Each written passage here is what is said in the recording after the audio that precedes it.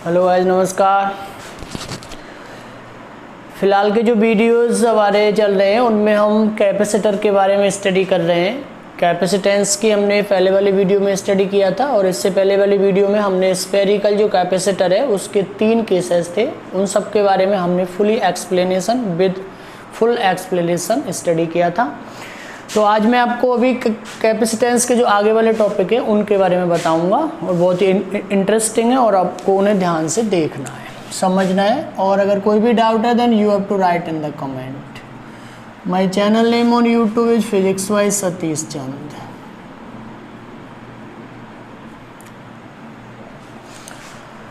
तो क्या यहाँ से अब लोग स्टार्ट करते हैं। आज यहाँ पे एनर्जी स्टोर्ड ऑन एनी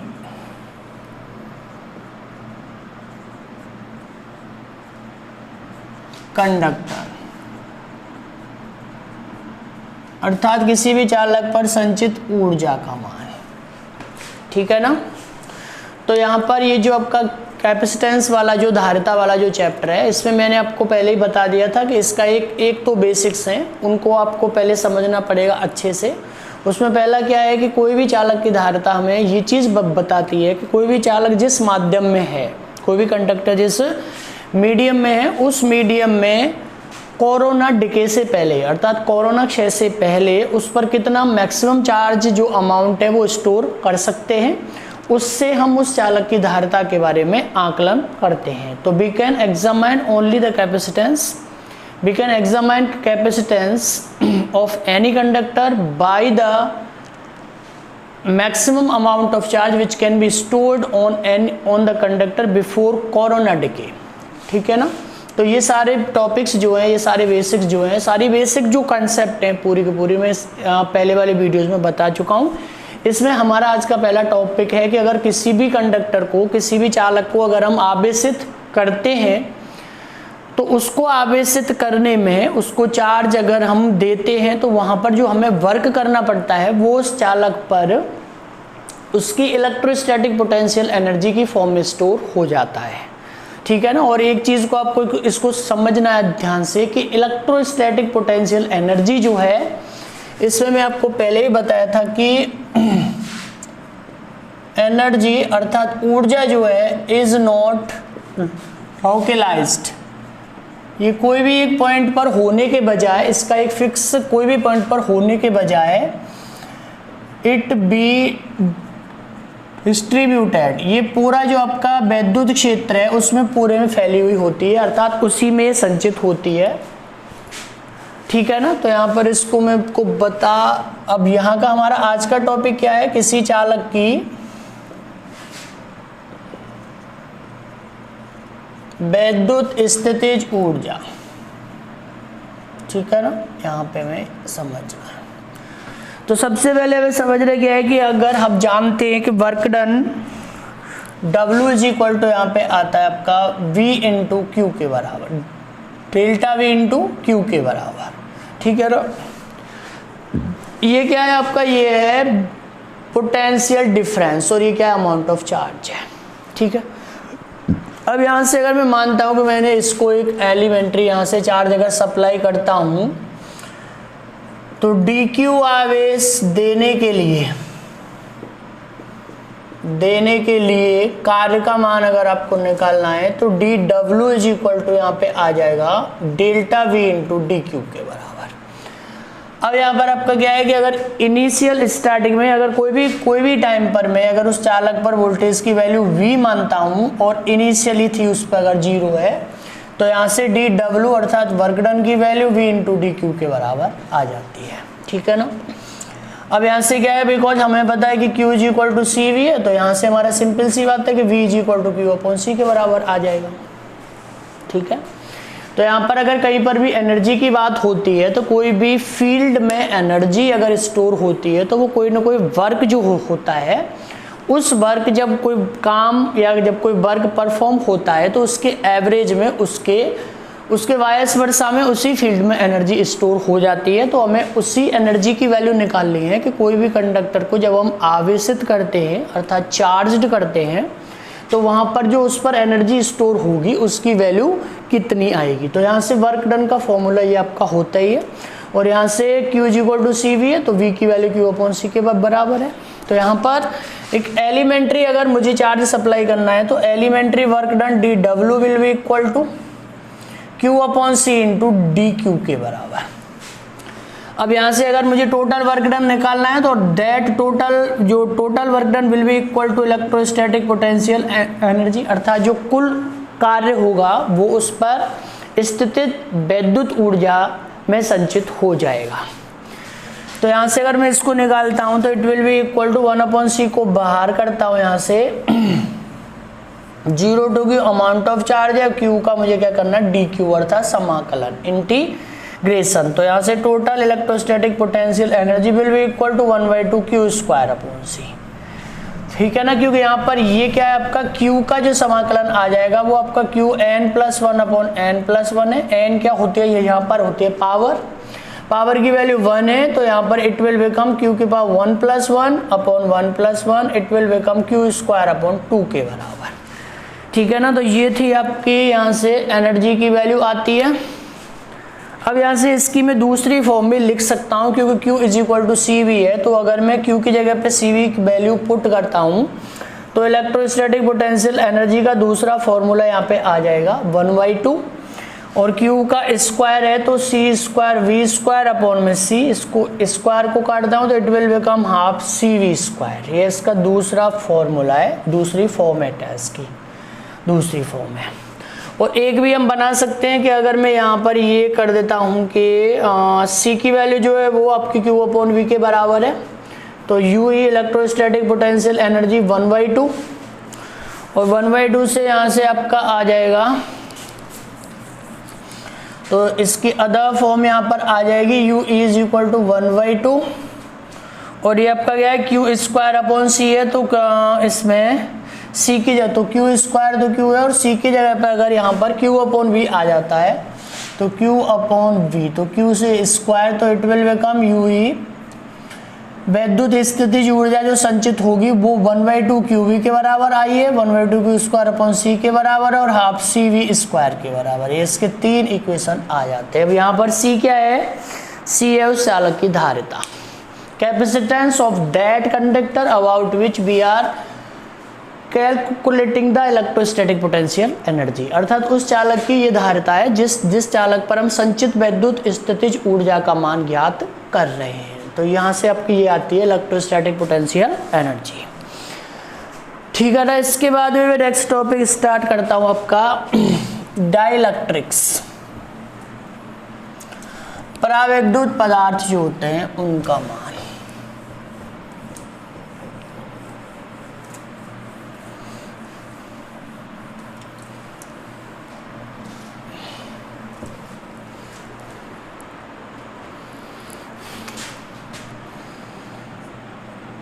तो यहां से बता दो आपको बिहेवियर ऑफ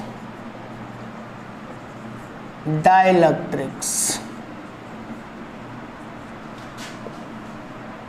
ठीक है ना, in any electric field, in any electric field, किसी भी वैद्युत क्षेत्र में जो परावैद्युत पदार्थ होते हैं उनका व्यवहार। बाह्य वैद्युत क्षेत्र में परावैद्युत पदार्थों का व्यवहार, पदार्थों का व्यवहार, इसको आपको समझना है अच्छे से। तो इसमें क्या है कि मैं जो डाइलेक्ट्रिक के बारे में आपको बता देता हूँ यहाँ पे कि डाइलेक्ट्रिक जो सब्सटेंस होते हैं इनके बारे में आपको एक चीज को हमेशा ध्यान रखना है कि they transmit the electric effects without any conduction of charge. ठीक है ना, इसको समझना है आपको। These are the substance they transmit the electrical effects without conduction. ठीक है ना, तो यहाँ इसका मतलब क्या है, मैं इसको अगर आपको इजी वे में बताना चाहता हूँ जब इस टाइप के जो सब्सटेंस होते हैं अर्थात डाई इलेक्ट्रिक अर्थात परावैद्युत जो पदार्थ होते हैं, इनको जब हम किसी बाह्य वैद्युत क्षेत्र में एक्सटर्नल इलेक्ट्रिक फील्ड में पुट करते हैं तो वहाँ पर ये क्या है कि जो फील्ड के अगेंस्ट में या फील्ड के आउटपुट में ये आपको एक पर्टिकुलर इफेक्ट शो करते हैं। तो that means they transmit the electrical effects without any conduction of charge. एक तो आपके डाई इलेक्ट्रिक के बजाय कंडक्टर्स हैं, कंडक्टर्स में क्या है, अगर उसमें आपको कोई इलेक्ट्रिक फील्ड में पुट करते हैं तो charge particle start to flow अर्थात उसके अंदर जो आवेशित कण होते हैं वो बहना स्टार्ट कर देते हैं। जबकि डाई इलेक्ट्रिक्स में क्या है, इसमें एक स्पेशल यहाँ पर इवेंट होती है, एक घटना होती है इसके अंदर, उसको बोलते हैं हम पोलराइजेशन। उस चीज़ को मैं आपको बताता हूँ यहाँ पे कि यहाँ पे अगर डाई इलेक्ट्रिक सब्सटेंस को अगर मैं यहाँ पे दो टाइप के अगर डिवाइड करता हूँ, एक आपके होते हैं नॉन पोलर और एक होता है आपके पोलर। हिंदी में इनको बोलते हैं हम अध्रुवीय, इनको बोलते हैं ध्रुवीय। ठीक है ना। इसमें क्या है कि इसको बिल्कुल सिंपलेस्ट वे में हमें समझना है कि इनमें जैसे मान लेते हैं ये एटम है और इस पर अगर ये पॉजिटिव चार्ज है और इसके अराउंड इलेक्ट्रॉन्स अगर रिवॉल्व करते हैं अर्थात माइनस चार्ज है यहाँ पे, तो अध्रुवीय जो होते हैं नॉन पोलर वो होते हैं, एक ही पॉइंट है बस कि टोटल जो पॉजिटिव चार्ज का सेंटर ऑफ मास है और जो टोटल नेगेटिव चार्ज का सेंटर ऑफ मास है अगर वो एक ही पॉइंट पर लाई करते हैं तो उनको हम बोलते हैं अध्रुवीय। ठीक है ना। तो यहाँ पे इसको लिखना है आपको, centre of mass of positive charge and negative charge lie on at the same point, एक ही बिंदु पर होते हैं तो इनको हम बोलते क्या हैं, अध्रुवीय। और जो पोलर होते हैं ध्रुवीय होते हैं उनमें क्या है कि जो centre of mass positive charge का और नेगेटिव चार्ज का यहाँ पे अलग अलग होते हैं तो इसके डाइपोल्स आ जाते हैं, एक पोल यहाँ पर एक पोल यहाँ पर, इनको बोलते हैं पोलर। ठीक है ना। अब अगर मैं डाइइलेक्ट्रिक्स की बात करता हूँ जो सब्सटेंस होते हैं, तो जैसे अगर ये कोई भी यहाँ पर इलेक्ट्रिक फील्ड है और इलेक्ट्रिक फील्ड इधर वाली प्लेट पर मैं मान लेता हूँ कि पॉजिटिव है और इधर वाली प्लेट पर अगर माइनस है यहाँ पे, और यहाँ पर अगर आपने कोई भी डाई इलेक्ट्रिक सब्सटेंस पुट किया है जैसे कि प्लास्टिक या एनीथिंग एल्स इस टाइप से, तो इसमें एक्चुअली होता क्या है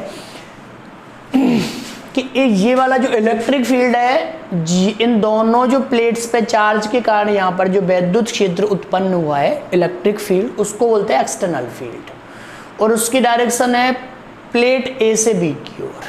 ठीक है ना। तो इसमें क्या है कि जो इसके अंदर जो मॉलिक्यूल्स होते हैं अर्थात जो अणु होते हैं उन पे जो पॉजिटिव चार्ज पे फोर्स अप्लाई होता है इधर और माइनस चार्ज पे इधर, अर्थात जो इसके अंदर जो पॉजिटिव चार्ज है मॉलिक्यूल के अंदर जो पॉजिटिव, जैसे we have to consider about यहाँ पे कोई भी एग्जांपल, जैसे अगर मैंने मान लिया कि HCl है या फिर NaCl है कोई भी है, तो यहाँ पर क्या है कि Na जो है वो ये जो पॉजिटिव चार्ज है वो इस साइड में शिफ्ट होना स्टार्ट होता है और जो माइनस चार्ज है Cl वो इधर जैसे Cl माइनस और Na प्लस, क्योंकि पॉजिटिव चार्ज पर फोर्स उस डायरेक्शन में होता है जिस डायरेक्शन में फील्ड होता है अर्थात वैद्युत क्षेत्र की डायरेक्शन में ही पॉजिटिव चार्ज पे फोर्स होता है, बल होता है।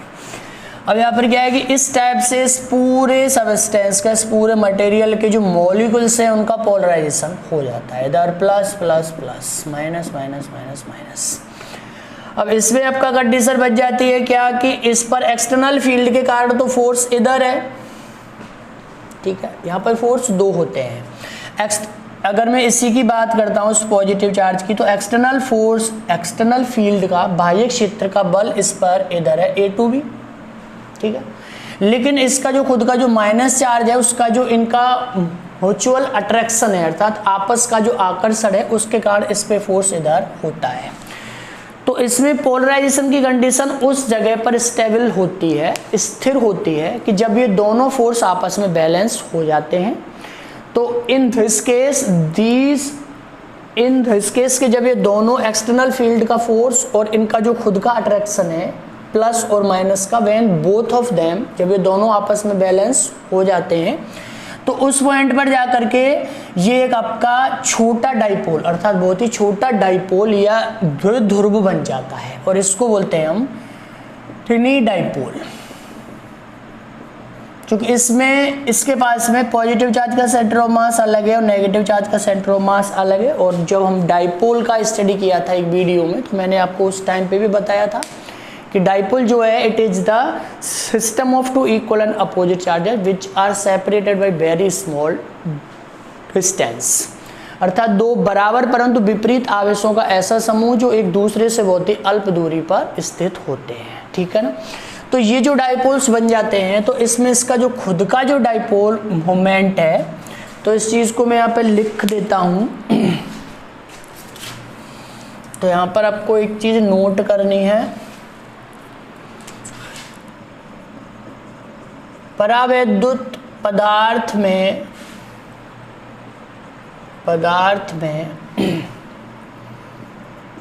जो बाह्य क्षेत्र का बल,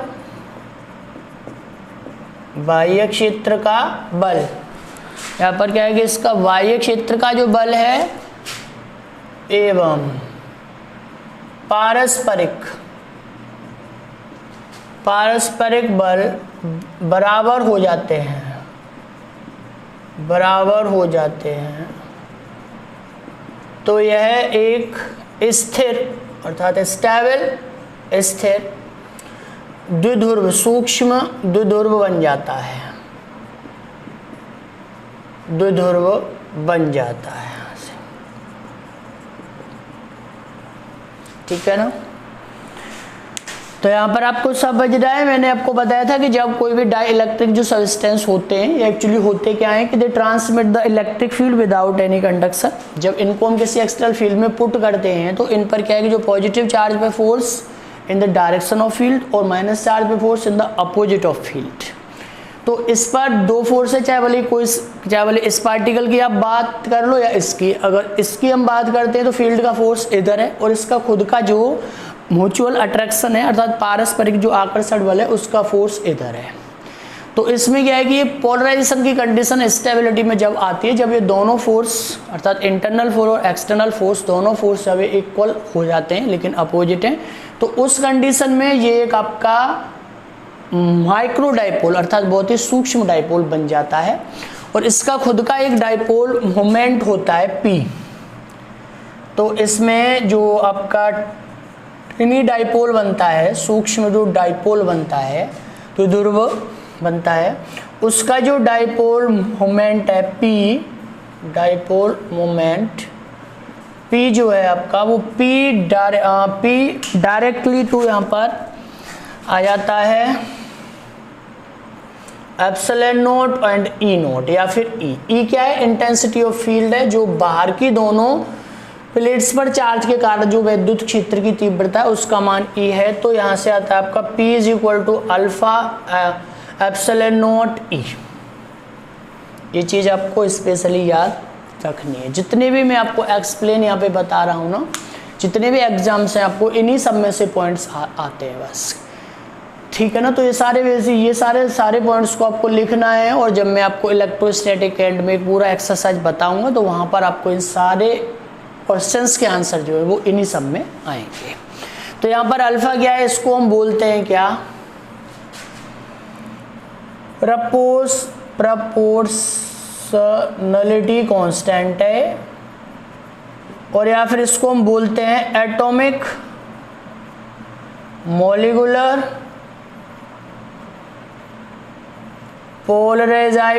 पोलराइजेबिलिटी। ठीक है ना। इसको बोलते हैं परमाणुीय आणविक ध्रुवीयता। ठीक है ना, अल्फा की वैल्यू। अब अगर मैं यहाँ से अल्फा को आगे बढ़ाता हूँ यहाँ पर, तो अल्फा की वैल्यू यहाँ पर आ जाएगी आपकी alpha is equal to P upon में एप्सिलॉन नॉट अपॉन E, वैद्युत क्षेत्र की तीव्रता आती है। इसके अगर मैं मात्रक की बात करता हूँ तो इसका मात्रक होता है, आपको पता है कि P is equal to Q into 2L है, तो इसका मात्रक आ जाएगा कूलम मीटर। अब बात आती है एप्सिलॉन नॉट की। तो एप्सिलॉन नॉट का अगर मैं मात्रक निकालता हूँ तो F is equal to 1/4 epsilon nought coulomb पे स्क्वायर अपॉन मीटर पे स्क्वायर।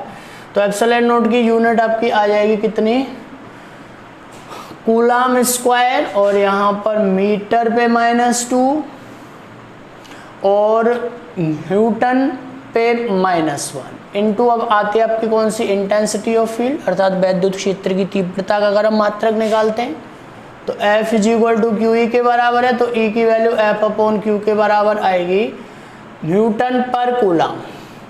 तो यहाँ से इनकी सबकी यूनिट अगर मैं लिखता हूँ तो ये सारे आपके कूलम कैंसिल आउट, न्यूटन से न्यूटन कैंसिल आउट, और यहाँ पर ये कहाँ जाएगा ऊपर। तो इस अल्फा जो है एटॉमिक मॉलिक्यूलर पोलराइजेबिलिटी का जो कांस्टेंट है उसकी जो यूनिट आती है वो मीटर क्यूब आती है, अर्थात आयतन के मात्रक के बराबर आती है। जितने भी आप एग्जाम देखते हो उसमें ऐसे सारे पॉइंट्स आते हैं कि इसमें से जो अल्फा की जो डायमेंशनल इक्वेशन है आपके पास में 4 ऑप्शन आएंगे कि कौन से के बराबर होती है, तो वहाँ पर आपको टिक करना है कि it's dimensional equation will be equal to that of volume, आयतन के बराबर होती है। तो अल्फा का विमीय समीकरण आयतन के समान होता है, समान होता है यहाँ पर।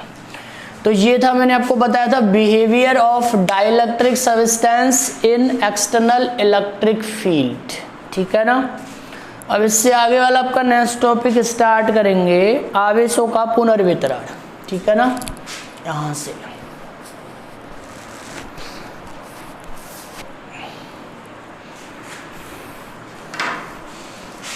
तो इससे आगे वाले वीडियो में we will study about the redistribution of charges, अर्थात आवेशों का पुनर्वितरण। अगर आपको वीडियो पसंद आते हैं, अगर आपकी फिजिक्स समझ में आती है तो then you have to support me और you have to subscribe my channel please and like my videos. Okay guys, thank you.